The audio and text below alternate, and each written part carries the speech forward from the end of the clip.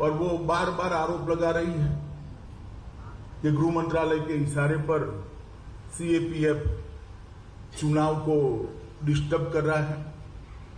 दीदी को मैं एक कॉमन सेंस की बात बताना चाहता हूं कि सीएपीएफ जब चुनाव के काम में लगते हैं तब गृह मंत्रालय का कंट्रोल नहीं होता है। पैरामिलिट्री फोर्सेस पर कंट्रोल चुनाव आयोग का होता है। इतनी सादी सीधी बात भी अगर उनको मालूम नहीं है तो मैं मानता हूं कि उनकी बौखलाहट बहुत बड़ी हो गई। हमारे कार्यकर्ताओं पर लगातार हमला होना, हमारे प्रदेश अध्यक्ष दिलीप घोष पर विगत 2-3 दिनों में ही हमला हुआ। कल भवानीपुर में पुलिस स्टेशन के अंदर हमारे कार्यकर्ता बैठे थे, तब उन पर हमला हुआ और इस हमले के खिलाफ तृणमूल कांग्रेस के एक भी नेता की खंडन की टिप्पणी नहीं है। ये लोग मुख इशारा कर रहे हैं, मौन इशारा कर रहे हैं कि आप करिए। सार्वजनिक जीवन में इतना तो एक आम बात होती है कि किसी भी हिंसा, किसी भी प्रकार की हिंसा होती है, किसी भी राजनीतिक दल के कार्यकर्ताओं पर हिंसा होती है, सभी लोग इसकी निंदा करते हैं, भर्त्सना करते हैं। मुझे लगता है कि इससे भी तृणमूल कांग्रेस अपना आपा खो बैठी है।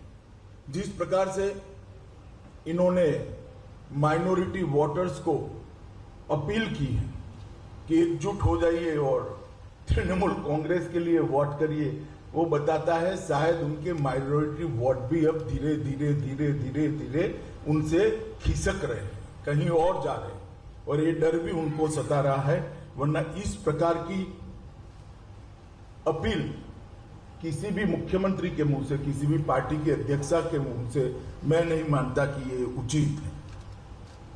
इस प्रकार के काम करने की बजाय दीदी को चाहिए कि हार के कारणों का एनालिसिस करें। बंगाल की जनता क्यों इनके खिलाफ है, उसका उनको एनालिसिस करना चाहिए। दीदी, बंगाल की जनता आपके खिलाफ है क्योंकि कानून और व्यवस्था की परिस्थिति पूर्णतया चरमरा गई है।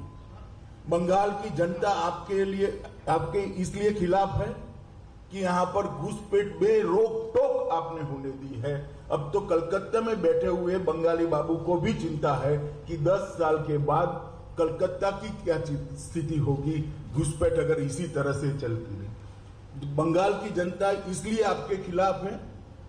लाखों करोड़ों जो शरणार्थी आए हैं बांग्लादेश से, उनको नागरिकता देने का कानून मोदी जी लेकर आए। सीएए, अब सीएए का विरोध कर रही है, इसलिए हमारे बंगाल के मतदाता आपके खिलाफ है।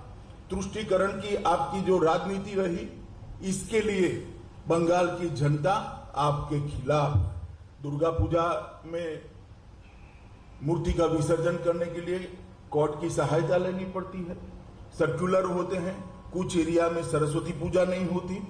किस प्रकार का शासन आपने बंगाल को दिया है, इसको जरा पीछे मुड़कर देखिए। इंफ्रास्ट्रक्चर का खस्ता हाल, इंडस्ट्रियल डेवलपमेंट में जीरो डेवलपमेंट, बेरोजगारी चरम सीमा पर, महिला सुरक्षा के सारे पैरामीटर्स ऊंधे मुंह गिरे हुए हैं। सब प्रकार के महिलाओं के खिलाफ के अपराध में 1 से 5 नंबर के अंदर बंगाल खड़ा है। टोलबाजी, सिंडिकेट और भ्रष्टाचार अपनी सभी सीमाएं लांघ गया है।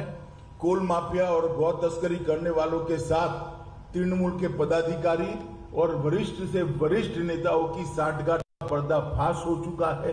अब किस आधार पर बंगाल की जनता से बंगाल का वोट मांगना चाहती हैं? ढेर सारी जन कल्याण की योजनाएं जो मोदी जी ने बंगाल के लिए भेजी, उसको आप नीचे नहीं पहुंचने देती है। चाहे आयुष्मान भारत की योजना हो, चाहे प्रधानमंत्री जी ने किसानों के लिए 6,000 रुपया प्रति साल भेजा है उसकी योजना हो, चाहे ग्रामीण सड़क बनाने की प्रधानमंत्री